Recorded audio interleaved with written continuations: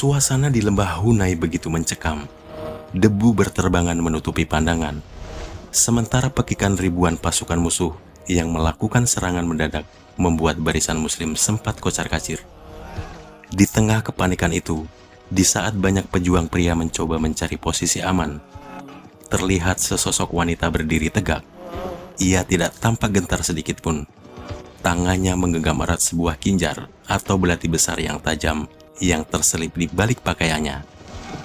Yang lebih menakjubkan, wanita ini sedang mengandung besar. Ia adalah Ummu Sulaim. Rasulullah yang tetap tenang di tengah badai pertempuran, melihat Ummu Sulaim berada di dekatnya dengan senjata terhunus. Beliau bertanya dengan nada heran, namun penuh kekaguman, "Wahai Ummu Sulaim, untuk apa belati ini?" Dengan mata yang memancarkan keteguhan luar biasa, ia menjawab tanpa ragu, "Wahai Rasulullah, aku membawanya agar jika ada orang musyrik yang mendekatiku, aku akan belah perutnya dengan belati ini." Rasulullah hanya tersenyum mendengar jawaban berani itu. Di balik kelembutannya sebagai seorang ibu, Ummu Sulaim adalah perisai hidup yang memiliki nyali melebihi prajurit terlatih. Beliau bukan sekedar pendukung di garis belakang. Beliau adalah mujahidah yang siap mempertaruhkan nyawa dan janin di kandungannya demi melindungi sang nabi. Inilah potret wanita yang dunianya sudah habis untuk Allah dan Rasulnya. Nama aslinya adalah Ar-Rumaisyah. Sebagian menyebut Al-Gumaisah binti Milhan. Namun sejarah lebih mengenalnya dengan kunyah atau nama panggilan Ummu Sulaim. Beliau berasal dari kabilah Bani Najjar, salah satu suku paling terhormat di Madinah yang memiliki hubungan kekerabatan dengan keluarga Rasulullah. Ummu Sulaim bukan sekedar sahabiah biasa. Beliau memegang sertifikat kemuliaan yang langsung diucapkan oleh lisan Rasulullah.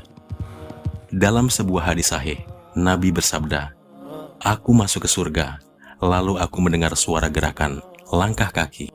Ternyata itu adalah Al-Gumaisah binti Milhan." Hadis riwayat Muslim.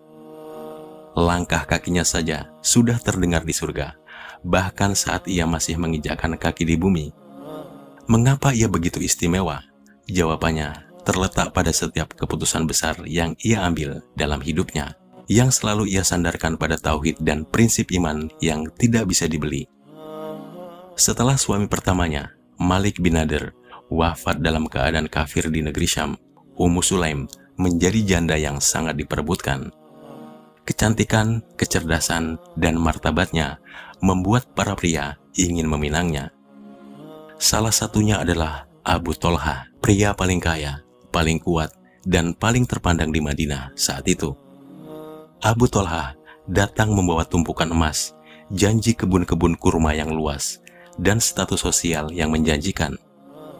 Namun jawaban Ummu Sulaim justru menjadi salah satu kutipan paling legendaris dalam sejarah pernikahan Islam. "Wahai Abu Tolha, pria sepertimu tidak selayaknya ditolak. Namun engkau adalah orang kafir, sedangkan aku adalah wanita muslimah. Tidak halal bagiku menikah denganmu. Jika engkau memeluk Islam, itulah maharku. Aku tidak meminta emas atau perak sedikit pun darimu." Dunia berguncang mendengar syarat itu. Bagi Ummu Sulaim, emas tidak ada harganya dibanding dengan keselamatan iman seseorang. Abu Tolha tertegun. Keteguhan Ummu Sulaim meluluhkan egonya. Ia bersahadat di depan Ummu Sulaim, dan itulah mahar yang mereka bawa ke pelaminannya. Anas bin Malik mengenang kisah ibunya dengan bangga. "Aku belum pernah mendengar mahar yang lebih mulia dari mahar ibuku Ummu Sulaim, yaitu Islam." Kepahlawanan Ummu Sulaim tidak hanya diuji di medan perang, tetapi juga di dalam rumahnya sendiri. Inilah fragmen sejarah yang paling mengharukan. Suatu hari, putra kecilnya hasil pernikahan dengan Abu Tolha, yang bernama Abu Umair, sakit keras dan akhirnya meninggal dunia saat Abu Tolha sedang tidak berada di rumah. Sebagai seorang ibu, hati siapa yang tidak hancur? Namun Ummu Sulaim menunjukkan kelasnya sebagai wanita penghuni surga. Alih-alih histeris, ia memandikan jenazah anaknya, mengkafaninya, dan membaringkannya di kamar. Ia berpesan kepada orang-orang di rumahnya, jangan ada yang memberitahu Abu Tolhah, sampai aku sendiri yang menyampaikannya. Malam itu, Abu Tolhah pulang dengan keadaan lelah. Ummu Sulaim menyambutnya dengan senyum. Ia berdandan cantik, menyuguhkan makanan, dan melayani suaminya hingga mereka berhubungan suami istri.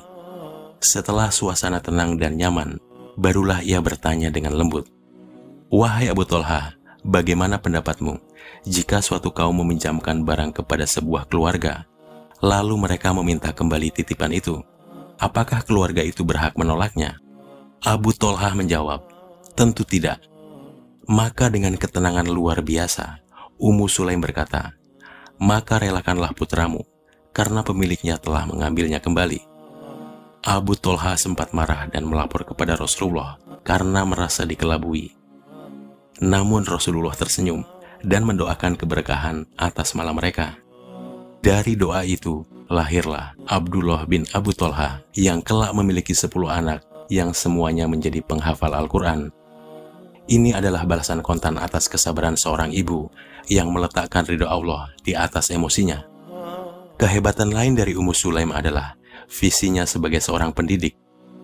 Ketika Rasulullah baru saja hijrah ke Madinah, seorang membawa hadiah berupa emas atau harta. Ummu Sulaim datang membawa sesuatu yang jauh lebih berharga, masa depan anaknya. Ia membawa Anas bin Malik yang saat itu masih berusia 10 tahun dan berkata, "Wahai Rasulullah, ini Anas anak kecilku. Aku membawanya agar ia menjadi pelayanmu. Doakanlah dia." Ummu Sulaim rela berpisah dengan anaknya setiap hari agar si anak bisa belajar langsung dari sumber wahyu. Hasilnya, Anas bin Malik tumbuh menjadi salah satu periwayat hadis terbanyak dan ulama besar umat ini. Manakah dari kisah Ummu Sulaim yang paling menyentuh hati Anda? Apakah keberaniannya membawa belati saat hamil, atau ketegarannya saat kehilangan Abu Umair? Bagikan kisah ini kepada ibu-ibu, saudari-saudari, dan teman-teman muslimah Anda. Mari kita hidupkan kembali karakter Ummu Sulaim di era modern ini. Apakah kalian mempunyai tokoh sahabat wanita lainnya yang ingin kami bahas di sini? Tuliskan usulan Anda di kolom komentar.